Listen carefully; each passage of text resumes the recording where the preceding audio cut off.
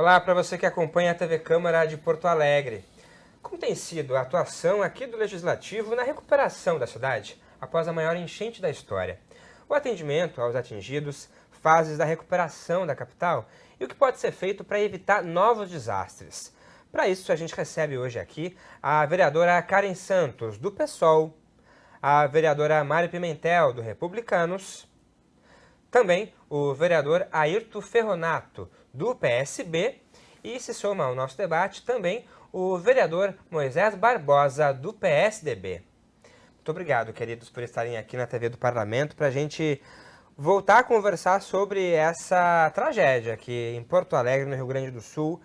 E a gente tem visto muito a atuação da Câmara, inclusive porque a população cobra que a Câmara se faça presente, e a gente percebe, né, acompanhando vocês nas redes sociais, o quanto os mandatos realmente também estão comprometidos em ajudar a cidade.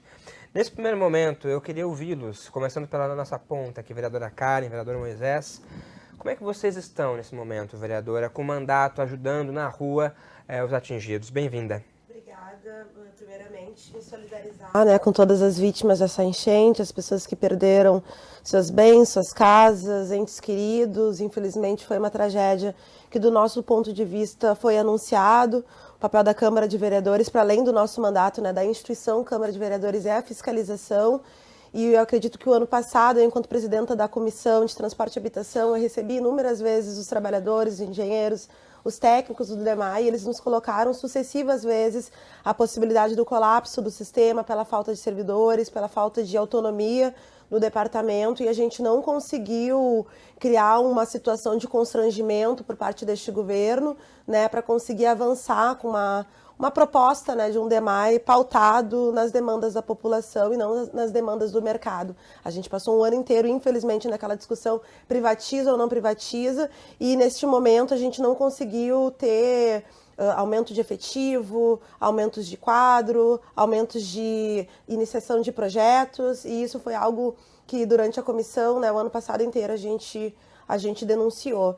E neste momento, enquanto mandato, a gente fez o trabalho, em âmbito de Coletivo Alicerce, que é a organização política que eu faço. A gente foi acolhidos dentro da sede do Odomodê, da Tiara, de São Paulinho, ali na Avenida Ipiranga, porque a nossa sede ali na Lopo Gonçalves também inundou, Então a gente participou basicamente do operativo de distribuição de recursos, de alimentos, das doações e dos insumos, priorizando as nossas comunidades, que acolheram famílias.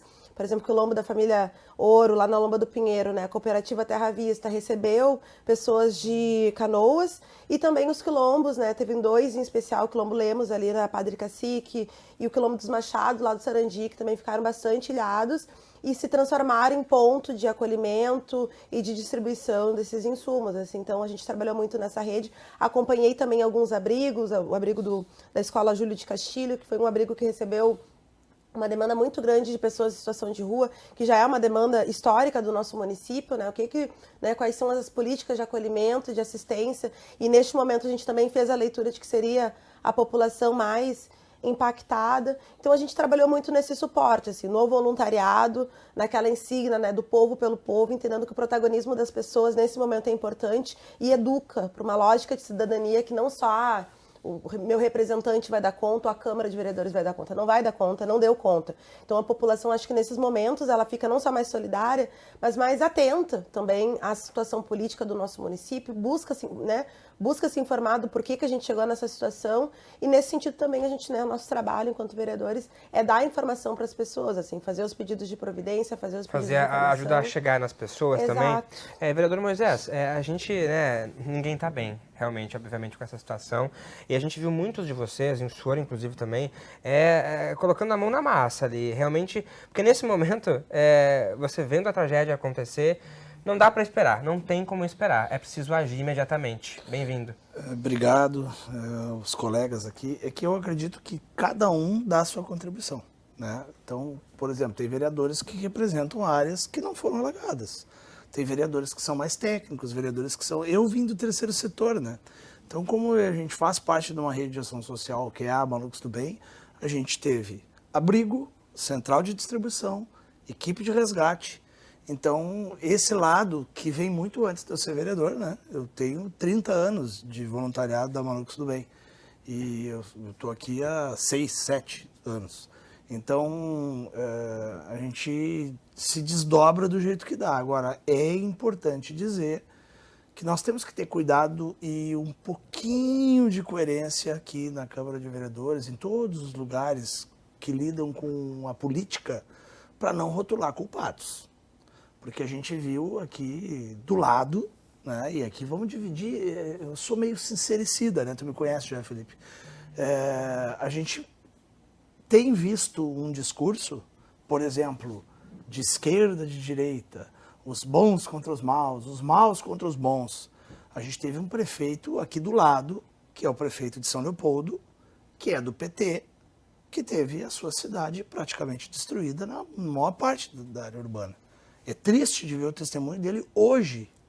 Hoje ele deu um testemunho, a gente acompanhou pela rede social, pela televisão, ele teve a sua casa comprometida. Da mesma forma que o prefeito de Porto Alegre, que para o campo, para as pessoas mais assim, que estão fora do cenário, são campos que disputam o poder, né? A esquerda, a direita, a oposição está mais para a esquerda. Atualmente, vamos dizer que o governo de Porto Alegre é centro-direita. O Melo também teve a sua casa comprometida, né? Então, assim, houveram muitos indícios, falta de manutenção, falta de planejamento, claro que sim, mas não foi só das atuais administrações. Todas, inclusive, da que eu fiz parte. Nós estamos falando da década de 70, nós estamos falando de um planejamento que foi feito por engenheiros que foram contratados pelo governo militar. Quem fez o planejamento de que nós temos mais de 60 quilômetros aqui de diques, de segurança, foi lá na época do governo militar. Quem veio disse que tinha que ter muro, quem tinha que ter dique, foi uma contratação do governo militar. Ou seja, já passou a esquerda, já passou o centro, já passou a direita. É uma tragédia que teve episódio em setembro e em novembro, que realmente se sabe, até antes, em 2017, 2018, houveram movimentos dentro do corpo técnico da prefeitura, dizendo, olha, tem que dragar, desassorear, aumentar a profundidade do Guaíba e também tem que, inclusive, além de manutenção das bombas, além do aumento dos diques, da proteção dos muros, tem que fazer a manutenção, o aumento e aumentar a profundidade de um monte de arroios do próprio Guaíba que está completamente assoreado. Desde 2013 eu acompanho a proibição da mineração, da dragagem. Aí as pessoas dizem, não se draga. Também tem uma outra fake news, uma outra mentira, né? Não se draga aqui o Guaíba desde a década... Não é verdade. Tem sido feita a dragagem, mas infelizmente a dragagem tem sido retirar o resíduo e não está autorizada a retirada desse resíduo. Eu estou falando de toneladas, que são colocadas no próprio Guaíba, esses sedimentos retornam para o fundo e aí mais dinheiro público. Então, assim, só para finalizar, cada vereador aqui e cada pessoa dá a sua contribuição. Eu não gosto muito de, nesse momento, que as pessoas estão tentando voltar para suas casas, e hoje eu estive na DIC 2, as pessoas tentam entrar na casa, a casa parece quieta. Sabe aquela cena quando explode aquela panela de feijão? Que fica... Um grande número de pessoas não vai conseguir voltar para casa. E um grande número de pessoas teve as suas trajetórias de trabalho, de economia, que a gente não sabe como é que vão se recuperar. Então a gente, em vez de apontar culpados, ao invés de fazer campanha eleitoral com o momento, a gente tinha que acabar com o lance da polarização, esquecer. E tentar se juntar para ver como é que nós vamos nos reconstruir, porque a gente está destruído. Pegando um pouco esse final da sua fala, já trazendo aqui para dentro os nossos vereadores que estão no centro aqui da roda, vereadora Mari Pimentel. Momento de não procurar culpados, como diz o vereador Moisés Barbosa, mas é preciso responsabilizar alguém sobre isso? Há um momento certo para que isso aconteça, para que isso não se repita mais? Bem-vinda. Muito obrigada. Bom, eu acredito que existem duas situações, né? Eu acho que existem situações que podem ser investigadas, tanto que o Ministério Público entrou já com um sistema de investigação, que é a competência do Ministério Público investigar o nosso sistema de bombas, nosso sistema técnico, o que pode ter falhado e por que falhou. Eu acho que é um dos desafios que a gente também tem que entender. A Câmara pode auxiliar ou não, daí nesse sentido, mas a gente precisa entender o que aconteceu. Mas eu acredito que grande parte do nosso desafio é entender e começar a debater políticas públicas estruturais. E esse é o grande desafio, porque do ponto de vista, o pessoal me pergunta, Mari, o que vai mudar? O que vai mudar é quando a gente começar a cobrar essas políticas públicas estruturais. Não vai mudar se a gente achar daqui a não sei quantos meses que um processo sei foi mais mal instruído, ou técnico X, ou fiscal Y. Isso não vai mudar a vida de 1,5 milhão de habitantes. O que vai mudar é quando a gente, e agora, nós entendermos a complexidade do assunto e a gente adotar políticas públicas estruturantes, que é o grande desafio da nossa cidade. A gente tem uma cidade que precisa ter um sistema de drenagem. É uma cidade que tem uma necessidade de quase 3 bilhões de reais em sistema de drenagem. Nós temos mais de 20 arroios. Então a gente lembra do dilúvio aqui, mas o Cavalhada, o Sarandi, que inundaram, são um dos arroios de Porto Alegre. E a gente tem que ter a drenagem deles, a gente tem que entender como a obra em cima da drenagem da cidade sendo obras de infraestrutura. Então é importante a gente aproveitar esse momento para conseguir começar a debater, eu acho que não apontar essa situação de ter um culpado, e sim de entender que políticas públicas estruturais de drenagem e de prevenção de contra-cheias não foram feitas ao longo desses anos, seja por falta de dinheiro, seja por falta de vontade política. E agora a gente precisa estar com a bola de novo no centro e nós, como vereadores, começarmos a debater isso com o apelo da imprensa, com o apelo da população, porque a população viu que sem políticas públicas estruturais não tem como ter desenvolvimento econômico, não tem como ter uma moradia adequada, porque tudo isso depende. Se nós vamos morar na Cavalhada, vai passar um arroio ali, vai ter infraestrutura. A gente tem uma escola Liberato do lado do arroio do Sarandi. A escola pode estar lá, é a maior escola do município, em tamanho de área e em número de alunos. Ela pode estar ali ou não pode estar ali? O que nós vamos ter que colocar de infraestrutura no arroio Sarandi para que a gente tenha uma escola adequada ali? Então, acho que são temas importantes para se colocar, com valores e montantes muito importantes, e daí que a gente tem que diminuir essa polarização, porque, bom, eu sou a favor ou contra a privatização, mas a pergunta, como a gente investe 3 bilhões de reais em Porto Alegre para fazer drenagem? Eu acho que essa é a primeira pergunta. Quais são as ferramentas que a gente vai conseguir colocar 3 bilhões só para drenagem em Porto Alegre? E sendo que outros desafios tem Porto Alegre. E daí, colocando os cenários, pode-se começar, é privatizando, não é privatizando, mas a gente vê que muitas vezes o discurso se reduz a pautas polarizadas e narrativas simples, e daí a população entra nesse ímpeto de achar culpados, de dizer que o modelo funciona, outro não funciona. Mas, poxa, então vamos compartilhar aqui os dados, as informações e vamos pensar juntos como construir uma solução. Então, acho que esse é o momento atual de cidade. Todos foram impactados, direita, esquerda, pessoas mais pobres, pessoas mais ricas. A régua baixou para todos. E agora, quando a gente aumenta como cidade, a gente aumenta quando todos levantarem. Então, o empresário foi impactado, o morador da periferia foi impactado, a cidade toda foi impactada. Então, acho que isso que foi histórico com relação ao que eu sou política de primeiro mandato, então eu não tinha uma grande experiência, mas toda vez que inundava as ilhas, que eu vivi isso, era sempre um recorte social. O pessoal das ilhas, era o pessoal das ilhas. Agora é muita gente. E não é mais um recorte social. Então eu vejo que agora é um momento a gente falar de políticas públicas estruturais e todo mundo vê que Porto Alegre só levanta junto. E junto a ti, ao teu lado aqui, diferentemente um vereador que não é de primeiro mandato, muito pelo contrário, são quantos mesmo, vereador? 6 mandatos, vereador Ayrton Ferronato do PSB, histórico aqui na Câmara. Sei que o senhor estava anotando aí, fazendo várias anotações, é muita coisa para puxar. Por gentileza, fique à vontade, bem-vindo. Bom, primeiro eu quero dizer da minha satisfação de estar aqui contigo, na nossa querida TV Câmara, com as vereadoras amiga Mari, amiga Karen e o Moisés, e dizer que também nós precisamos nos solidarizar com as pessoas de Porto Alegre, aqueles atingidos diretamente por essa catástrofe, seus familiares, sentimentos aqueles que perderam seus familiares, outros que perderam tudo o que tinha, né? E cumprimentar essencialmente o povo de Porto Alegre e os nossos voluntários que vieram aos milhares aqui de Porto Alegre e que muitos vieram de outros estados, até de outros países, que estão conosco aqui, nos auxiliando. Isso foi fundamental, né? A nossa pauta hoje, ela trata basicamente de 3 passos. O primeiro dele é o que fizemos enquanto Câmara, né? E eu acompanhei de perto as ações dos nossos colegas vereadores e vereadoras que não mediram esforços.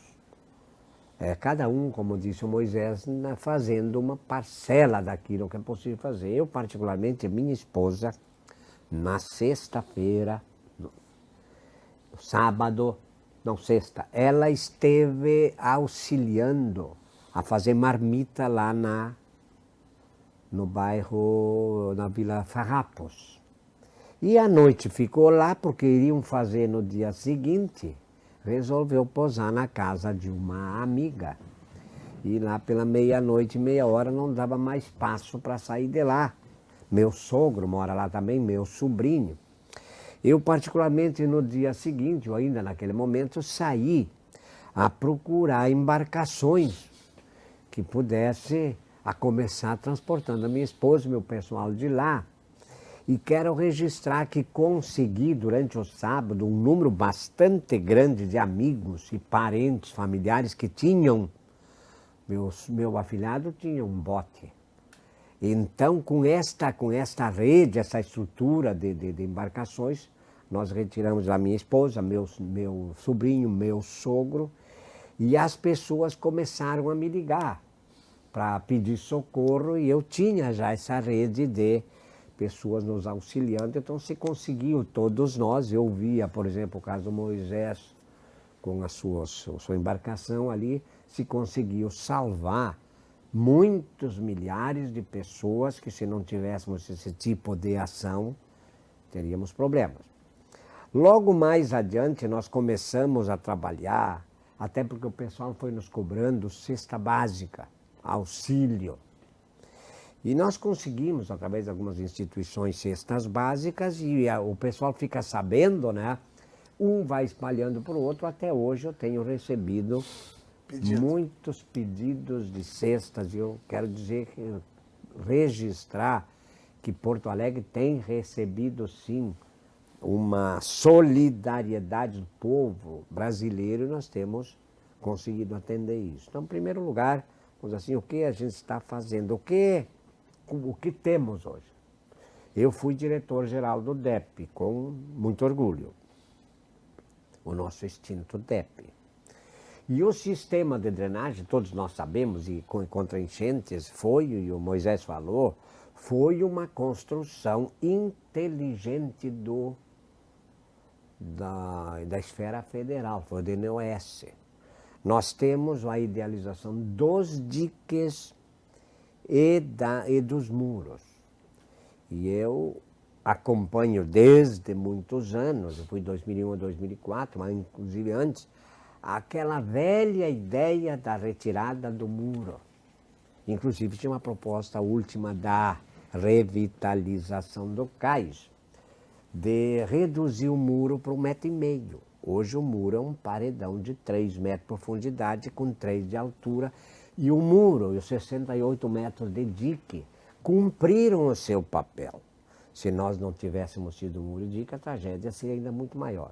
O que aconteceu foi rompimento do muro, do dique, e rompimento dos portões que estavam, sim, há muito tempo sem manutenção.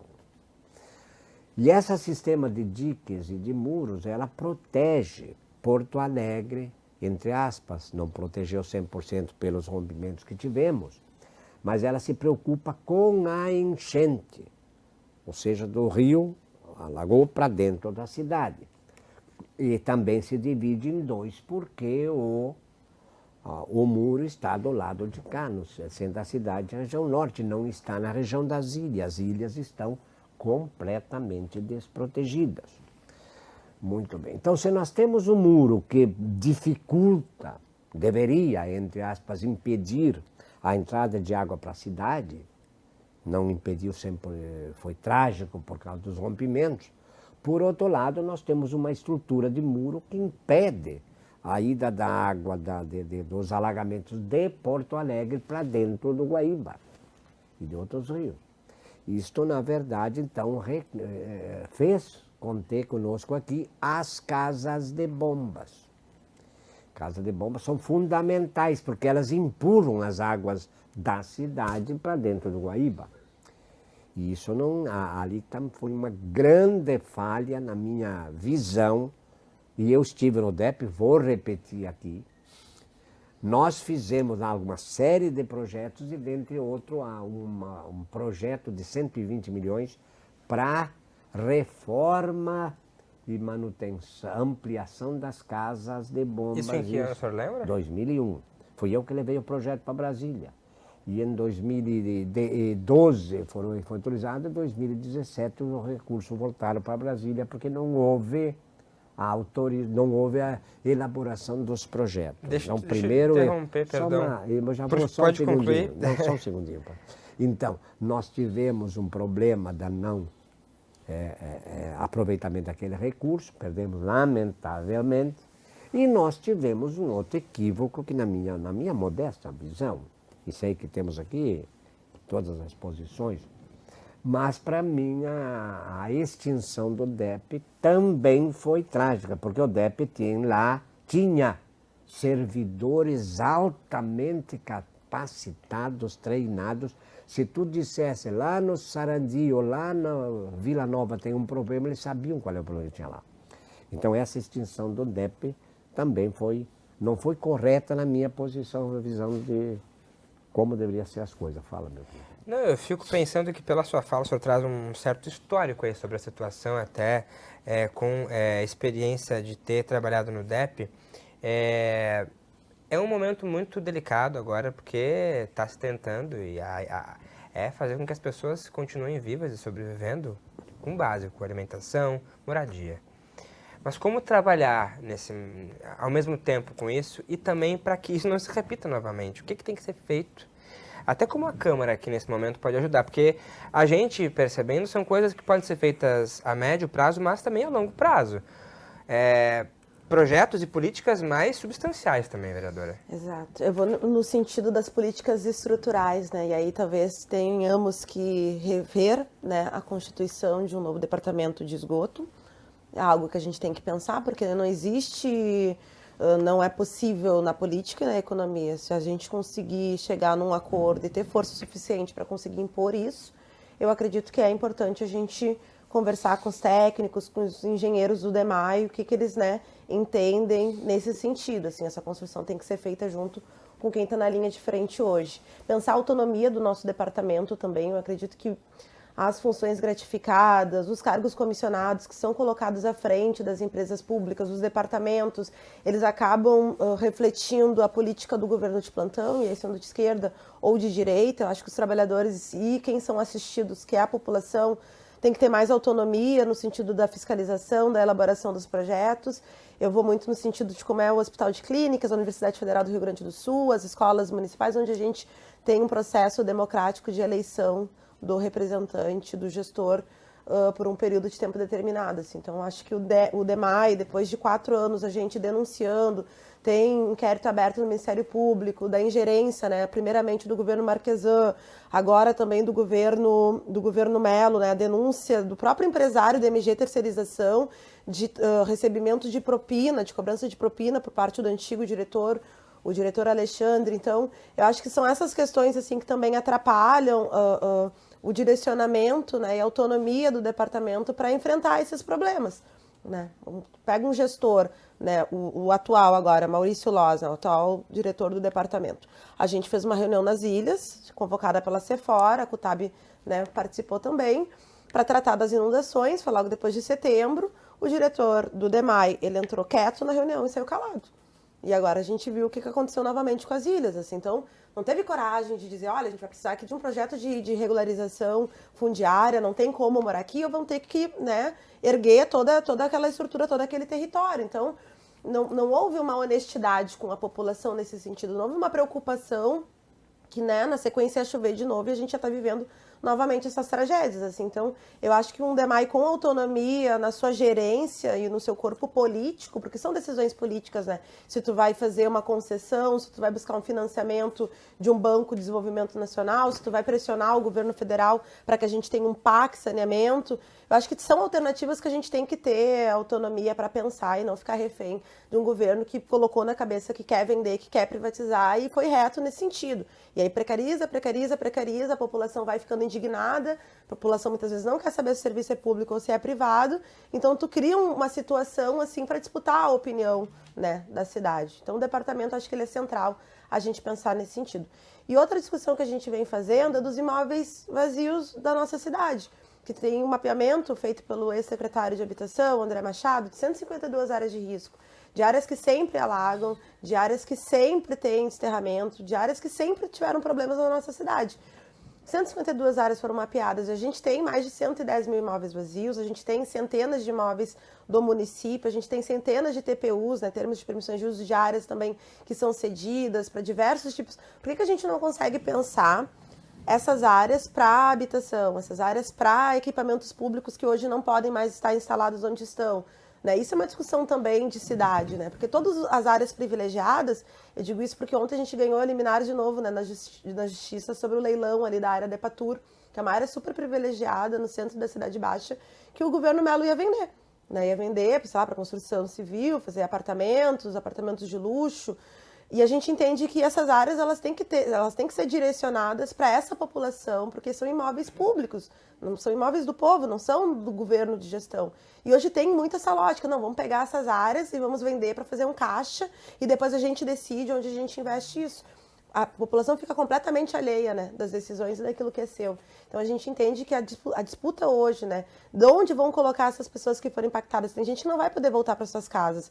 O governo trouxe uma proposta esdrúxula de colocar as pessoas no complexo cultural do Porto Seco, né, para enfrentar esse inverno, nos próximos meses, numa cidade de lona. Depois ele modificou, não, a proposta são containers, diversas comunidades, Farrapos, Navegantes, Sarandi, Ilhas, né, numa cidade de lona dentro do Complexo Cultural do Porto Seco, onde já não tem equipamento público nenhum, onde já é uma área, acho que dos menores IDH da cidade de Porto Alegre.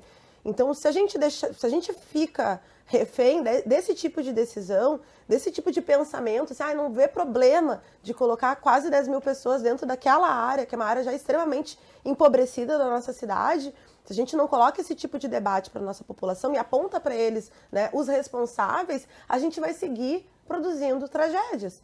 Né? A gente viveu isso em setembro, a gente apontou isso em novembro, novamente nós estamos apontando, assim, e bem de boa, é um período eleitoral. Se a gente não resgatar a memória da população, as pessoas esquecem. Então tem que falar, olha, em 2010 a gente viveu isso, 2016 a gente perdeu 150 milhões do Dranapoa, 2019 o DEP foi extinto, 2021 foi incorporado pelo DEMAI. O DEMAI, desde que o DEP foi incorporado, né, não teve um concurso público, só contratos precários. Então tem um sentido essa lógica desse Estado deste tamanho. Aí não tem assistente social, não tem trabalhador na saúde, não tem trabalhador para limpeza urbana, agora a gente tem que fazer contratação emergencial de frente de trabalho, porque não tem corpo, o Estado está desse tamanho, não tem corpo técnico suficiente para dar conta dessas atribuições, sabe? Então acho que é reverter toda essa lógica e o momento mais propício é esse, porque a gente está às vésperas de uma eleição e a gente tem que, né, alertar o nosso povo em relação às consequências políticas das suas decisões, assim. E, bom, a gente tem pouco tempo, o governo municipal tem pouco tempo para continuar o trabalho aí que está fazendo agora, porque é muita coisa para ser arrumada e reconstruída aqui em Porto Alegre, vereadora. Como trabalhar, repito a pergunta que fiz para a vereadora, ao mesmo tempo com a reconstrução da cidade e trabalhar com políticas mais efetivas mesmo, porque aí a gente está falando não só de falar dos DICs, mas de moradia, de lugares adequados para moradia também? Olha só, eu acredito que eu tenho vivido tanta coisa que eu vou te dizer, é difícil. Eu vou bater numa tecla aqui. Tudo que está sendo dito, que está sendo estudado, a gente tem que ter um pouquinho de ética. Ética. Mas não estou falando do paço municipal, Vamos lá, vou pegar 2 exemplos que são de campos ideológicos distintos, que eu já citei aqui. Eu não estou falando do Melo e do Evanásio, o nome do prefeito de São Leopoldo, né? Que é do PT. 2 campos diferentes. Não estou falando deles. Eu estou falando da população, estou falando da classe política, estou falando dos funcionários públicos, estou falando das pessoas. Cara, o Ferronato conhece praticamente por história os arroios de Porto Alegre. As pessoas jogam tudo que é tipo de detrito nos arroios de Porto Alegre. As pessoas no trânsito jogam lata, plástico, PET. Elas entopem. Nós, para não botar a culpa e apontar nos outros, nós entupimos os nossos bueiros, alagamos. Quando alaga a nossa casa, a gente reclama do outro. Não existe fora. A gente mora na mesma cidade. Eu não ataco no trânsito o cara que jogou a bagana de cigarro pela janela, nem o plástico ali da sua carteira de cigarro. Isso também é um problema de falta de ética, não é só na classe política ou nos administradores. Eu sei que é antipático falar isso. Eu sei que algumas pessoas no meu entorno dizem, tu não pode dizer isso porque isso é politicamente incorreto. Tu está culpando as pessoas, mas é a verdade. Outra, nós não temos que pegar aqui na Câmara de Vereadores, vão me desculpar, parte dos meus colegas. Nós temos maravilhosas vereadoras e vereadores em campos ideológicos distintos. Mas não é a hora de fazer politicagem. Não é a hora de pegar e apresentar aqui proposições como se, eu quero protagonismo e agora eu sou contra o governo, vou apresentar aqui benefício para X, vou dar casa de 200 mil, vou não sei o quê. Se todo mundo que tem meio neurônio a mais sabe que vereador não pode gerar ônus para o executivo pagar.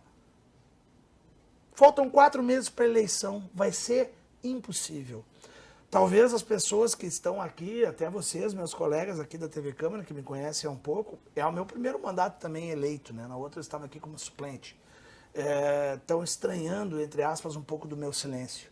Mas quando a gente se prepara para vir aqui para a Câmara e ver determinadas iniciativas, elas são iniciativas, infelizmente, com uma marcação de posição eleitoral. Por isso eu bato na tecla. Todos esses problemas que estão sendo ditos aqui dos meus colegas, eles precisam ser avaliados com seriedade.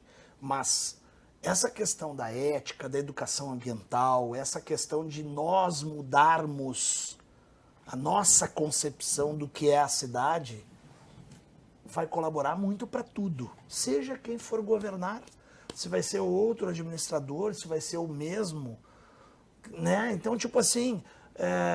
eu não vou... Por exemplo, eu vou dar um exemplo agora do governador Eduardo Leite. O governador Eduardo Leite foi a Brasília recentemente, levou um documento pedindo que seja implantado. Olha o nível de falta de ética e de visão das pessoas. Ele levou um documento com anexos pedindo medidas provisórias semelhantes às que o governo federal implementou no país na Covid. Porque vai ter uma quebradeira geral. Ele está pedindo que os empreendedores tenham parte dos salários dos seus empregados subsidiados. Ele está falando da dívida também, que é insuficiente estancar e depois fazer um novo cálculo e corrigir. Porque nem vai ser ele o governador, é outra gestão. Então é o seguinte, ele foi lá fazer um documento. Aí o presidente o convidou, para poder falar mais individualizado, para vir ao Rio Grande do Sul na aeronave do presidente. A discussão nas redes sociais é o seguinte, que ele não deveria vir, porque o Lula é isso. Aí os caras que são do antigo administrador do país, do Bolsonaro, querem dizer que o Eduardo é de esquerda. A discussão está banalizada. Virou uma, sabe? Então é o seguinte, tem que botar na mesma mesa, sim, o governador, o prefeito daqui, o prefeito de São Leopoldo, o prefeito de Eldorado, que é outro partido, tem que botar o presidente da República. E as pessoas, talvez, tentar esquecer um pouquinho a questão da eleição, entendeu? A população vai escolher quem quer que administre. Então a Câmara de Vereadores tinha que fazer um pacto até a eleição ou até durante este ano, porque, gente, não se iludam. Eu usei aqui um exemplo muito banalizado do negócio da panela de pressão. Eu repito, fui numa casa, que encerro dizendo isso, eu fui numa casa na DIC 2, hoje pela manhã, a Malux também está mobilizada para ajudar com Lava Jato e tal, que a gente foi resgatar pessoas. As pessoas não têm a menor condição de voltar para aquelas casas. As paredes estão, desculpa o termo, me perdoe, virou uma latrina. E a moça de 40 anos tem 2 pais doentes de cama e um irmão de 22 anos que é deficiente. O poder público não tem dinheiro para comprar casa para todo mundo. O que nós vamos fazer? Então, em vez de discutir aqui quem é que vai ganhar a eleição, ou eu vou fazer uma emenda aqui para bater no Lula, eu quero bater agora no Eduardo, eu quero bater no Melo, porque vou ter uma candidatura, então eu quero sangrar, vamos fazer um impeachment. Cara, pelo amor de Deus, velho. São bilhões, entende? É uma cifra que as pessoas não pararam para fazer o cálculo. Os empresários estão voltando, mais de 90% dos empregadores aqui de CNPJs, de contribuintes do ICMS comprometidos. Nós estamos falando o seguinte, eu não estou defendendo o empregador, gente, pelo amor de Deus, essa altura do campeonato, quem está assistindo, esse é um neoliberal, você está defendendo... Cara, eu estou falando do empregado dele. Eu estou falando do cara que precisa de dinheiro para comprar a roupa do bebê. Deixa eu aproveitar essa tua finalização da fala, porque tu até fez uma pergunta, né, vereadora Mari? Se o poder público não tem dinheiro para dar uma casa, como que se faz, então? Como que a gente pode, então, dar um teto para essas pessoas? Claro. Eu acho que é importante até aproveitar aqui para marcar uma posição que a gente está há 3 anos e meio da atual gestão e não foi entregue uma casa. Então, a gestão no ano passado, a gente aprovou aqui, durante a calamidade, que as pessoas que sairiam das ilhas teriam 6 meses de aluguel, então, social, e depois seria feito, então, um bônus moradia e realocado essas famílias para outras áreas. Terminou o período de calamidade e a prefeitura não acessou o recurso e hoje essas pessoas voltaram para as ilhas e agora saíram novamente das ilhas.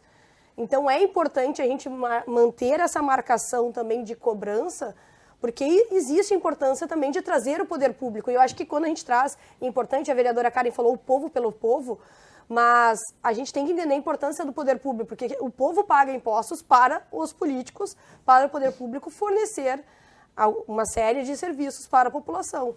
E se não está fornecendo, a única maneira que a gente pode fazer é o povo cobrando os políticos. Então, o povo pelo povo é importante, mas o povo movimentar e cobrar os políticos é essencial. Sobre hoje, o auxílio moradia é a ferramenta mais rápida para que a gente consiga ter as pessoas com acesso à moradia. Esse aluguel social, que agora a gente estenderia de 6 meses, que foi aprovado, para 12 meses, e isso dá um tempo para as pessoas se reorganizarem e o poder público se reorganizar com políticas públicas de acesso à moradia, que é o grande desafio do nosso município. A vereadora Karen aqui falou de 150 áreas de risco, mas nós temos 800 áreas irregulares.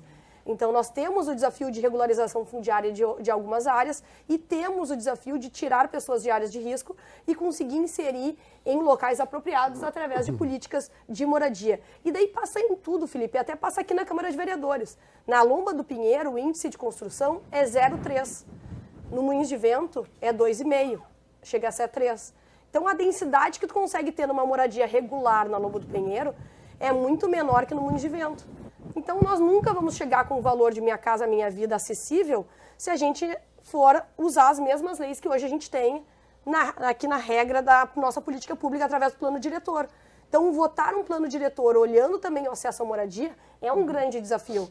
Porque a gente sabe que a gente tem que trazer pessoas para a área central, mas a gente não tem como trazer a Restinga toda para a área central, a Lomba do Pinheiro todas para a área central. A gente tem que dar acesso de qualidade à moradia. Então, acho que esse é o grande desafio. Precisa ter, com certeza, investimento do governo federal, do governo estadual, que está vindo com um projeto até bem inovador, trazendo moradia de uma construção rápida de 4 meses. Mas eu queria terminar por último, porque eu volto aqui, políticas estruturais. A gente sabe que só a política de ter uma moradia e não ter uma condução da política pública desse reassentamento é o grande desafio que a gente vê. Porque daí a gente chega e a gente dá uma moradia, o poder público sai, e daí essas pessoas, para se reestruturarem, montarem, fazerem aquilo virar uma moradia adequada, uma política pública certa, que vai ter saúde, vai ter assistência social, vai ter educação, e eles vão conseguir morar adequadamente, e as pessoas que ganharam aquela moradia poderem viver lá, é um dos desafios, que muitas vezes a gente coloca, cria um edifício, que a gente sabe quantos Coabs, né? Quantas Coabs a gente construiu e a gente não deu continuidade, e são políticas públicas que a gente sabe que não foram acessíveis, não deram continuidade. Então, acho que a gente hoje fala construir casa. Beleza, vamos construir um monte de casa. Mas como é que a gente vai conduzir que essas moradias não vão se deteriorar? Como a gente vai construir que essas pessoas vão continuar tendo dignidade morando nesses locais que foram construídos pelo poder público, mas a gente sabe que são pessoas que precisam ter políticas públicas duradouras e não só de ter uma casa na mão. E eu acho que esse é um desafio, já que a gente está falando de moradia, e daí que é a competência daí depois do município. Eu acho que o valor para realmente construir em larga escala, só realmente tendo um abraço aí do governo federal, estadual e municipal junto, e compete ao poder municipal facilitar, liberar e ter menos leis e menos burocracia para o acesso à moradia. Até porque a moradia, a casa, ela fala sobre o entorno, não só sobre a casa, as paredes, o entorno onde você está, a comunidade, tudo que circunda, e isso é muito complexo. Vereador, por favor, sua visão. Vamos falar um pouco sobre o que fazer, né? É preciso começar dizendo que a estrutura, a posição geográfica de Porto Alegre, todos nós sabemos, através do rio do Guaíba, se recebe aqui águas do estado praticamente quase todo. E sempre se disse que quando chove lá nas cabeceiras, intensamente, haveria uma grande enchente aqui, se repetiria 21 e isso aconteceu. E nós precisamos olhar Porto Alegre e olhar a situação do estado todo e dessas bacias que chegam aqui. Eu particularmente vejo o seguinte, cabe à União a obras de infraestrutura, cabe ao Estado a dragagem, isso que está basicamente delineado aí, e cabe ao município, aos municípios a manutenção. Mas não adianta nós sair fazer manutenção em Porto Alegre se nós não olharmos o que acontece lá em cima no Rio das Antas, no Taquari, aquelas cidades que estão lá. Portanto, qualquer grande obra e necessária de combate a alagamentos e a enchentes, elas começam com uma estrutura que precisa do governo federal, sem dizer que é a esquerda ou a direita, precisa do governo federal de um grande estudo e grande obra, o que fazer nestas cidades que percorrem essas bacias. O Taquari, o Caí, né, e outros. Vamos botar o Gravataí, os Sinos, Jacuí. Essas cidades todas também estão sofrendo, a sua população, do mesmo problema. E é muito fácil, eu ouvi assim, inclusive do governo Lula, se não me falha a memória, não dá mais para construir onde está, tem que mudar. É claro, a hora tem que ver como é que o povo sente, vamos dizer assim, internamente na sua alma, eu agora vou sair daqui, porque eu não posso mais morar aqui. Falam isso aí no bairro Navegantes, Farrapos, Humaitá e Sarandi, ver qual é a reação do povo. Então, antes de mais nada, é preciso obra de diques e outras coisas, e de muros, e sempre tem essa grande crítica, muros que protejam toda a bacia, todas as cidades. Isto é uma questão que o governo federal precisa investir recursos em grande quantidade. Por outro lado, a enchente de hoje ultrapassou o muro de 3 metros de água, em muitos casos passou por cima. Por quê? Pelo assoreamento dos rios dessas nossas bacias. É preciso afundar esses rios através de uma dragagem, não só em Porto Alegre, mas desde lá, eu vou repetir, o Rio das Antas e etc. Todos. Passar pelo Guaíba, chegar na Lagoa dos Patos e ir até o porto de Rio Grande, que lá também está feia a coisa. Então, se nós fizermos essa dragagem de todo esse caminho, nós aumentaríamos a profundidade do rio e das lagoas, da lagoa, e nós não precisaríamos aumentar a altura do nosso muro e dique. Porque se essa enchente de agora chegou onde chegou, com o assoreamento que está, na próxima, na mesma intensidade, vai passar muito mais. Então, duas alternativas. Ou se draga ou se aumenta muros, só pela dragagem. E agora vamos aos municípios, vamos chegar em Porto Alegre, né? Porto Alegre nós temos aí essa estrutura de drenagem que tem seus defeitos, mas é uma estrutura interessante e extensíssima. E eu vou dizer quando fui diretor do DEP de novo, meu querido José. Meu amigo me ligava, mas Ferronato aqui, ó, tá alagando a minha casa, mas se tu botar um cano, hoje é 20, bota 40 e resolve o problema. Eu digo sim, só que tu tá só pensando na frente da tua casa. Para te trocar aquele cano na frente da casa dele, tem que trocar na mesma bitola até o Guaíba. Então, a manutenção da dragagem é caríssima. Caríssima. E nós precisamos também, acho que foi a Karen que falou, tu, Mari, da participação colegiada, União, Estado e municípios, não só em Porto Alegre, mas no estado todo onde aconteceu isso, para tratar de como resolver, como manter esse sistema funcionando bem e principalmente também, eu acho que as casas de bombas, elas foram importantíssimas, são 19 e 27 arroios. Agora nós temos um problema aí nessas casas de bombas. Até nem sei se na reforma, aquela proposta que eu apresentei, isso seria tratado. É impossível nós termos bombas de sucção de água que elas alagam com uma facilidade, com uma chuva. O sistema elétrico não é a Não, o sistema elétrico, elas estão quase que dentro do rio. Tem que levantar futuramente tem que levantar isso. E tem que mudar esse sistema de bombas. Não pode ser bomba que quando entra 1 metro de água, elas queimam todas. Eu acho que essa ideia de São Paulo e de outros estados e capitais de termos essas bombas, como é que dizem? Flutuantes. É indispensável e Porto Alegre precisa ter. Porque com esse sistema todo, claro que não é de uma hora para outra. Agora nós precisamos pensar com urgência na questão dos alagamentos e das enchentes no Rio Grande do Sul.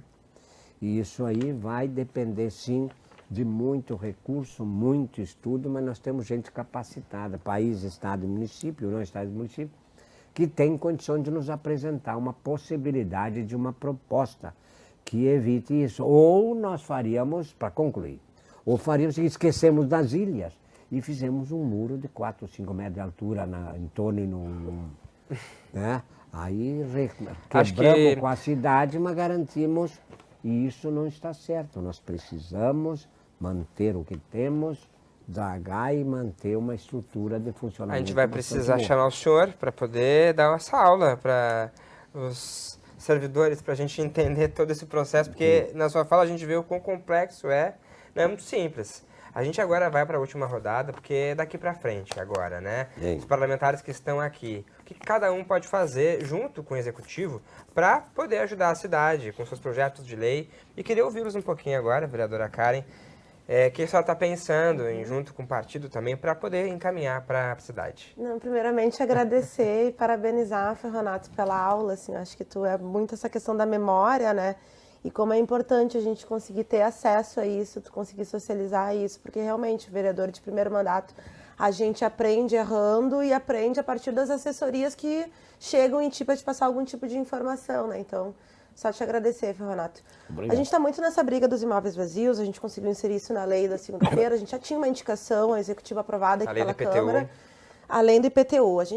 A gente entende que Porto Alegre não tem problema de moradia, Porto Alegre perdeu 100 mil pessoas desde o último censo, a cidade está diminuindo, a gente tem que, né, próxima eleição vão ser 35 vereadores ao invés de 36, então dizer que Porto Alegre tem problema de moradia é uma inverdade, não temos problema de moradia, nós temos um problema de um setor da construção civil e da especulação imobiliária os principais financiadores, inclusive, do governo Melo, se a gente for, né, buscar ali a lista dos financiadores, que se aproveitam de áreas, né, importantes da nossa cidade. Ontem também saiu uma decisão importante sobre a construção de mais casas lá no extremo sul, na Ponta do Arado. Então, uma lógica de construir, construir, construir, mas não é para morar. Né? É construção para meia dúzia de famílias deterem esses imóveis e não para as pessoas morarem. Quando a gente pensa em moradia, e aí uma crítica também ao governo federal, é sempre Minha Casa Minha Vida lá na periferia, né? Onde já não tem drenagem, onde já não tem esgoto, onde já não tem iluminação pública, onde já não tem escola.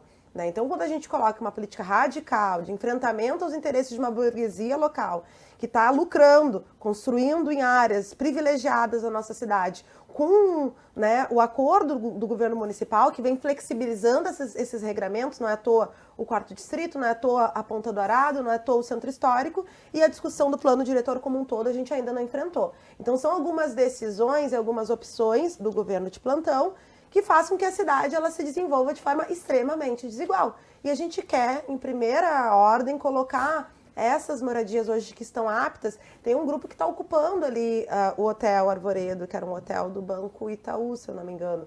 Eu já fiz o pedido de informação para saber quais são as dívidas, né, desse setor com o município, entre de IPTU, de SSQN. Se a gente for pegar a lista dos devedores do município, os maiores devedores são a especulação imobiliária de um lado e o setor bancário do outro. Por que a gente não cobra essas dívidas, né, e não pensa o Minha Casa Minha Vida naquele segmento que tem para reformar os imóveis e conseguir amenizar a situação do nosso povo?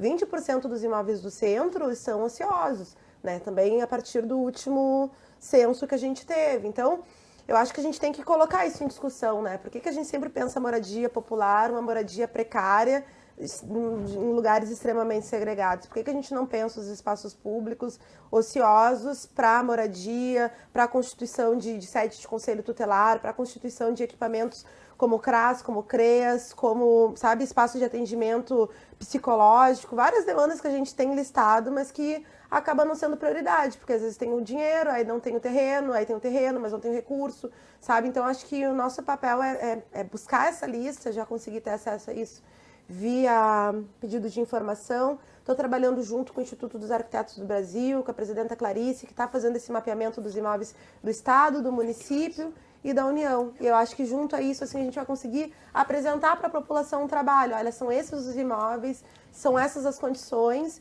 e a partir disso vocês decidem como vocês querem construir a luta de vocês. Porque é na luta, é na pressão que a gente cria constrangimento, que a gente muda a correlação de forças e que a gente consegue impor derrotas àqueles que acham que a gente, para ter moradia digna, tem que se humilhar lá na periferia ou então ficar em barraca no Porto Seco. Né? Então, acho que o papel também do vereador é isso, é dar subsídio para as pessoas conseguirem fazer as suas batalhas e as suas disputas. Obrigado, vereadora. Bom trabalho. Tamo junto. Vereador Moisés, e senhor, como vereador, o que a gente espera aí nesses próximos meses? Tentar combater todo dia o populismo. Populismo, que não tem propriedade ideológica. O populismo hoje em dia é operado por todos os cantos e por todos os lados. Não é... Antigamente se dizia que isso era uma coisa da esquerda. Não. Tem também na direita, tem também no centro. O populismo arrebenta qualquer condição da gente sair da situação que a gente está. Por exemplo, eu vou ser talvez o sincericida mais apurado aqui em dizer que, por exemplo, recentemente foi aprovada uma emenda aqui na Câmara que tem que ser revista, que tem a ver com o IPTU. Eu pedi depois da Câmara, acho que foi um equívoco. Que emenda é essa? Foi um equívoco. Teve uma emenda aqui, proposta aqui no plenário, que por voto simbólico nós aprovamos, que depois eu pedi o impacto financeiro, acaba com a chance de reconstruir a cidade. O Poder Executivo enviou para cá uma proposta de 2, 3 meses da questão do IPTU, para ajudar as pessoas atingidas. A isenção? E na verdade isso se transformou aqui na Câmara em 2 anos, 1 ano e meio. Eu fui pedir o estudo de impacto. O impacto, nem se ganhar o PSOL, o PCO, o PT, qualquer partido político. Porque tem ainda 2 grandes problemas. Se nós não podemos aqui comprometer o orçamento do Executivo, já é um primeiro problema. O segundo, como é que a gente, vamos dizer, deixou passar algo que compromete inclusive a futura gestão? se a proposta ela excede o tempo da troca desse governo para o outro, de uma legislatura para outra, eu nem sei se juridicamente isso. Então nós vamos ter que fazer discussões. Por exemplo, é importantíssimo o que o Ferronato disse aqui. Quem é que tem, num ano eleitoral, coragem de fazer a discussão sobre o Estatuto das Cidades e as pessoas que, como diz a Karen aqui, moram em extremos da cidade e que deveriam sair daqueles lugares? Quem é que vai, num ano eleitoral, dizer assim, eu vou defender a desocupação das ilhas? A ilha, o nosso arquipélago, é uma área antropizada, que se tu for fazer o cálculo, tu não consegue. Hoje em dia, para os órgãos ambientais, não compensa tu fazer uma compensação ambiental. Mas na prática, se tu for na letra dura da lei, na letra, ali não era para ter mansões, não era para ter o que tem. Porque aquilo ali é uma área que a natureza precisa que as águas ocupem. Quem é que vai ter peito para fazer isso? Quem é que vai ter num ano eleitoral ou fora do ano eleitoral? Quem é que vai fazer essa discussão de uma maneira não partidarizada, não ideológica? O Estatuto das Cidades diz que os moradores de determinada região eles têm que concordar com a saída. E aí? Como diz o Ferronato, como é que tu vai pegar para uma pessoa que está há 40, 50 anos? Eu dei um exemplo aqui, na DIC 2, que não é a Vila DIC. A Vila DIC é do lado de cá da Freeway. Eu estou falando da DIC 2, que não está em cima de um DIC. Eu estou falando da comunidade que é atrás da Casa de Bomba 6, entre a Freeway e o Rio Gravataí, que nasceu de funcionários de concreteiras e tal. Né? Não são casas de compensados, são casas que estão 40, 50 anos ali. Como é que tu vai... Entende? Então, os problemas, eles só realmente vão ter, talvez, solução se a gente tiver bastante consciência coletiva, diminuição dessa questão da disputa, do ranço ideológico, né, de uns contra os outros, e a disputa do poder. Isso vai ter que... Aí tu vai dizer para mim, Moisés, tu é um utópico, isso não vai acontecer. Bom, então eu tenho que dizer, quando o Al Gore falou das verdades inconvenientes do aquecimento global, teve gente que disse que era mentira. Nós temos negacionismos de vários lados, também não é mais propriedade da direita o negacionismo. Também tem gente no campo de esquerda negacionista sobre outras pautas, sejam elas econômicas. Por exemplo, eu quero dar moradia para todo mundo. Aí eu saio por aí dizendo que eu vou dar moradia para todo mundo. Mas, gente, o recurso é finito.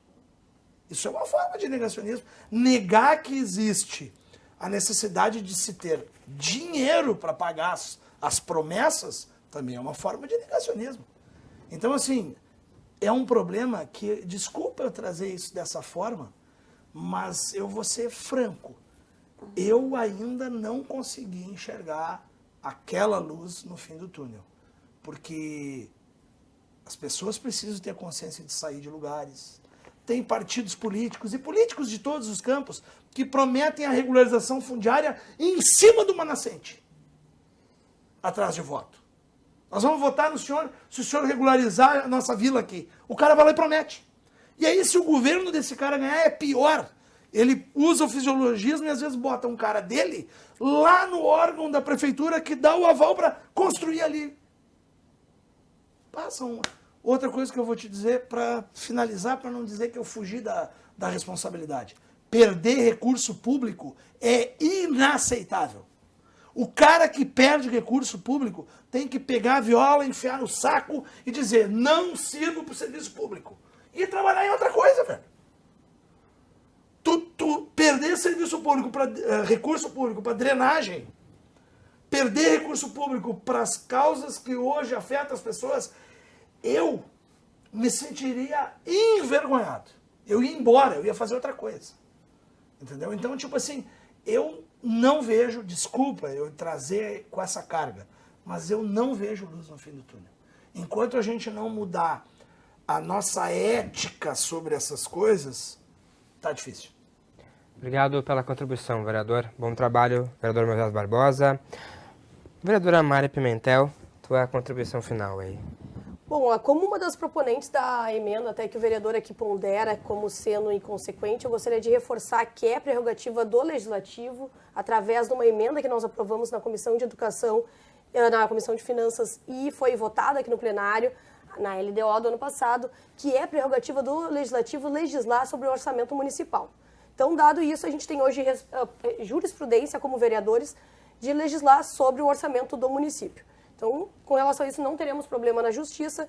Com relação ao impacto orçamentário, nós temos um projeto do vereador Roberto Robaina que está há meses sobre o IPTU. E foi solicitada à Secretaria da Fazenda uma análise de impacto econômico. E nunca chegou essa análise de impacto econômico da Secretaria da Fazenda. O próprio projeto que o governo, os projetos que o governo mandou, não vieram nenhum com análise de impacto econômico, até os de 2 meses de suspensão do IPTU. E o que essa Câmara fez? Ela tirou uma visão mais macro, que colocava por bairros, como eu moro no bairro Floresta. O meu bairro, eu não teria que pagar IPTU. Mas eu não fui impactada. Mas teve pessoas no bairro Floresta que foram impactadas.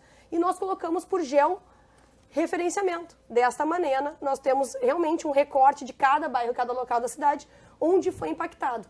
Dessa maneira, a gente consegue ser mais objetivo no recurso para não ir para mim, ir para quem precisa, e ampliando o tempo, porque a gente sabe que esse desastre natural que aconteceu, ele não vai ser que nem a Covid, que ela só deixou as empresas com problema de fluxo de caixa.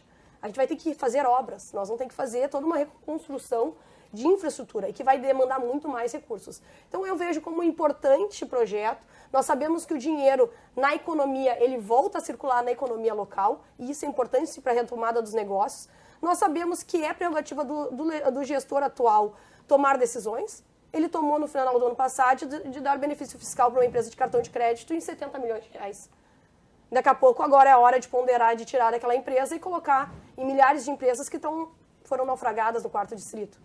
Então, eu digo que a gente compete a nós debatermos nesse nível avançado com os números, e nós esperamos que o secretário da Fazenda venha até a Câmara apresentar os números, que ninguém teve acesso até hoje aos números, e esse tipo de informação é importante para que a gente consiga evoluir o debate e daí sim atingir da melhor maneira a população. O que nós sabemos é que precisa ter política pública do município com relação ao aluguel social. Como eu falei, com relação à moradia, eu tenho certeza que nós precisaremos do recurso federal e estadual, mas para esse auxílio de 12 meses de aluguel é importantíssimo. E daí nós vemos aí como grandes desafios para a cidade, e volta a reforçar desafios estruturais. Nós temos a capital do Rio Grande do Sul sem saneamento, onde a falta de água é realidade, todo dia na Zona Leste. A gente vê mães com os filhos jogando água para elas tomarem banho. Então a gente está no pleno século XXI, com todo o desenvolvimento, e tem pessoas na nossa cidade, milhares de pessoas, que não têm acesso à água. Então, da mesma maneira que agora nós fomos jogados no desafio da drenagem, que a gente seja jogado em que tipo de sociedade a gente tem, onde uma grande parcela não tem acesso à água e não tem acesso a esgoto. E que isso são temas macro e que vão ter que ser debatidos pela próxima gestão, se for o Melo, se for a Maria do Rosário, quem for, vai ter que debater e vai ter que enfrentar. Porque isso eu acho que a sociedade não deve mais deixar para trás. Porque é o grande desafio de cidadania da nossa cidade, é se manter perene perante os desafios da natureza e dar acesso à água e esgoto a todo cidadão de Porto Alegre. Então, eu acho que esse é o grande desafio, independente de quem ganhar as eleições. Só para explicar, então, o projeto aprovado aqui é com relação à isenção do IPTU. E foram várias emendas, Detalhe, né? eu nem sabia que a Maria, eu achei que era do Ramiro e do Thiago. Não. Estava com a autora aqui. Eu não sabia que Não, do IPTU eu fui na dos R$ 1.600 do aluguel. Não, é do Ramiro. É, do Ramiro. Não, Não, esse falando não. da emenda que me Eu falei do outro. Eu falei do outro. Não, mas eu estava então, falando pra com gente relação entender. dos 1.600, que a gente entrou, o Executivo mandou um projeto de lei criando um aluguel solidário de R$ 1.000. E a Câmara aqui, através de uma emenda, potencializou para R$ 1.600. Tá, mas só para Era sobre esse. Não estou criticando isso. Não. E esse isso, o impacto acho, financeiro dá para absorver. Tá, então tá perfeito. Eu estou falando da emenda Do IPTU. do IPTU que me passaram que a autoria era do Ramiro e do Thiago. Não, esse eu não sou a autora. Não, desse, eu estava falando do outro, desculpa. Desse que eu então. falo que compromete o orçamento, Mari, do futuro Sim. prefeito, seja a É. Maria do Rosário, nela. Compromete o orçamento porque são quantos anos de isenção? São 2 2 anos. 2 anos de 25 isenção. e 26. A eleição é daqui a 4 meses. É. Tu Só pra pega o deixar orçamento registrado. do futuro prefeito. Sim. Obrigado, vereadora Mari. Bom trabalho, viu? Por favor, para encerrar nosso mestre aqui, Ferronato. Então vamos repor assim, ó, o prefeito encaminhou um projeto de lei propondo uma suspensão de pagamentos de IPTU por 2 meses. E ele dizia, eu participei de algumas reuniões, dizia o seguinte, que na verdade depois, neste período, vai se estudar o que vai acontecer e o que podemos fazer para mais.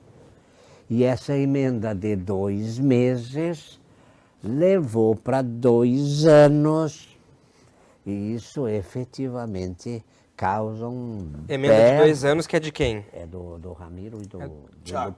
Thiago. Ela causa seus problemas, sim, repercussão financeira, um impacto interessante. Com certeza. Mas e a eu quero competência também do executivo regulamentar. Claro, mas, Então, o executivo é a competência dele regulamentar, pode colocar. Empresas com faturamento até a tal faturamento. É prerrogativa do prefeito fazer a regulamentação de qualquer projeto de lei que nós Sim. aprovamos aqui na Câmara. Isso. Vou à escola, um projeto de lei que nós colocamos do TRI. Tu regulamenta. Então, a gente tem... As políticas públicas são regulamentadas pelo prefeito.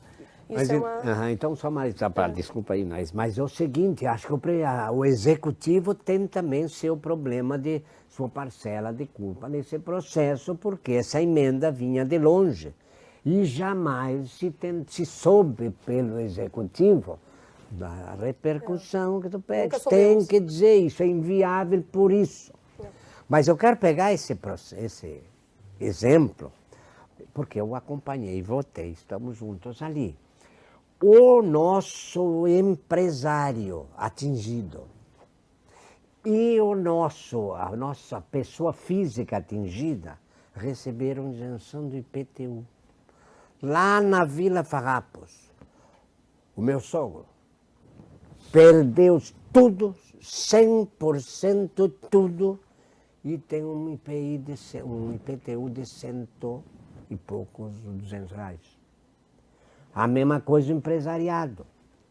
Eles levaram benefício, ficaram mais ou menos satisfeitos, mas quando eles pararem para pensar no tamanho do benefício e no tamanho das perdas que tiveram, né, eles vão perceber, ou já perceberam, que não foi tão interessante assim. Por quê? Porque, na verdade, nós precisamos terminar com esta questão do alagamento e não botar isenção de IPTU para cada alagamento. Vai faltar dinheiro para combater a falta de luz. Para alagamento. Então, assim, ó, primeiro, essa questão do impacto deveria ser trazido com toda a profundidade o que tem. Os imóveis, votei favorável também. Acredito que imóveis do poder público municipal, e disse da tribuna, federal e estadual também, todos precisam estar à disposição de Porto Alegre, dessas famílias, para que se aproveite para moradia. Perfeitamente completo, correto. Agora, a primeira coisa que tem que saber é que estas ações de reparo, consertação e construção do que precisa contra a drenagem é um processo de longo prazo, médio prazo. E o dar uma moradia para o cidadão é de curtíssimo prazo. Portanto, é preciso conversar com os moradores. Quer sair daqui? Sim. Tem sua moradia. Não quer? Bom, aqui não pode porque tu está numa área de risco, vai para lá. Mas para tentar permanecer no bairro, toda aquela pessoa que queira permanecer lá, porque é lá que eles moram, lá que nasceram, lá se criaram, querem continuar. Então, é uma coisa interessante e estes imóveis é uma opção muito boa que se tem para este tipo de conversa. Por outro lado, antes de terminar, tu falaste do ambientalista aí, o Lutzenberg, 1989, eu já estava aqui, e carinhosamente vou dizer, sabe o que eles diziam quando Zé Lutzenberg vinha aqui defender as suas ideias de preservação da natureza? Sabe o que eles diziam?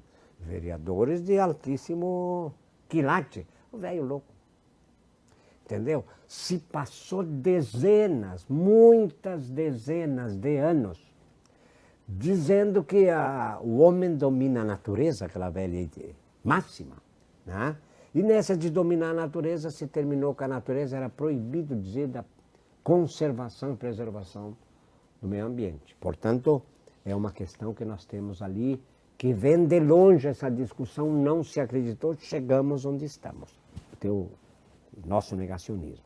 E para concluir, o DEP era um departamento, secretaria. Sabe por quê? Porque o nome era departamento, mas ele era de primeiro escalão, diretamente ligado ao prefeito. Tinha autonomia financeira, orçamentária e administrativa. Era uma secretaria com o nome DEP. E a proposta que eu estou apresentando aí, Karen, é a recriação de uma Secretaria Municipal de Manejo das Águas. Isso está dito lá na lei, nas normas federais, de que o manejo da água pública é do município.